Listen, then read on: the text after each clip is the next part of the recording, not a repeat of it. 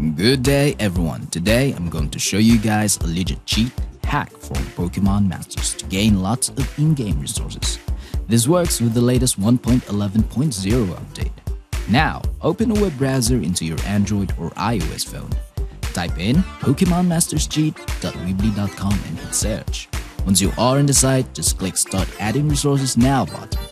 The next thing to do is type in your in-game account name for Pokemon Masters. Specify the device you use by clicking either Android or iOS icon. Now just add on how many gems and coins you want to have into your account.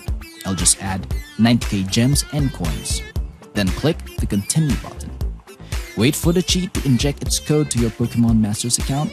Once done, and you see bot detected, just click on the Confirm button. Then just download the app shown to you for verification.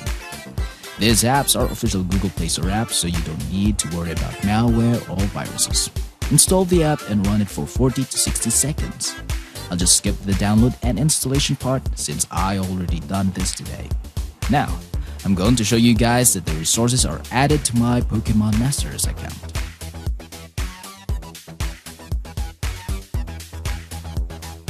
Hi, as you can see, here are the resources has been successfully added to my account along with the previous gems and coins.